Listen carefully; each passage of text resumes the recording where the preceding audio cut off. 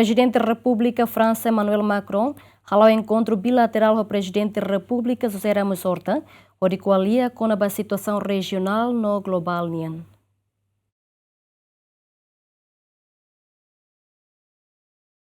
Presença Presidente da República José Ramos Horta e edifício Presidente da República França Emmanuel Macron e a Palácio de l'Élysée e a Paris, simho parada militar.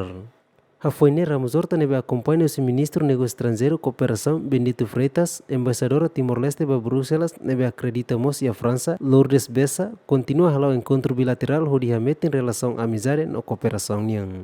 Visitane nesse momento importante ida em relação diplomática na cooperação bilateral entre Timor-Leste e França. Encontro nebe laos horas ida hobalo, liderua discute com nova assunto estratégico sira nessa situação global, desenvolvimento sustentável, mudança climática, educação na oportunidade de investimento fom e a futuro. Lihusi social media privado, Presidente da República José Ramos Horta hatou apreciação ba apoio nebe França fo onaba Timor-Leste durante o processo de construção do Estado no IA Fórum Internacional Sira. Além de lihusi mídia social privado, Presidente Emmanuel Macron hatou sentimento haksolok no bem-vindo para Ramos Horta nebe hanesamos laureado Nobel da Paz.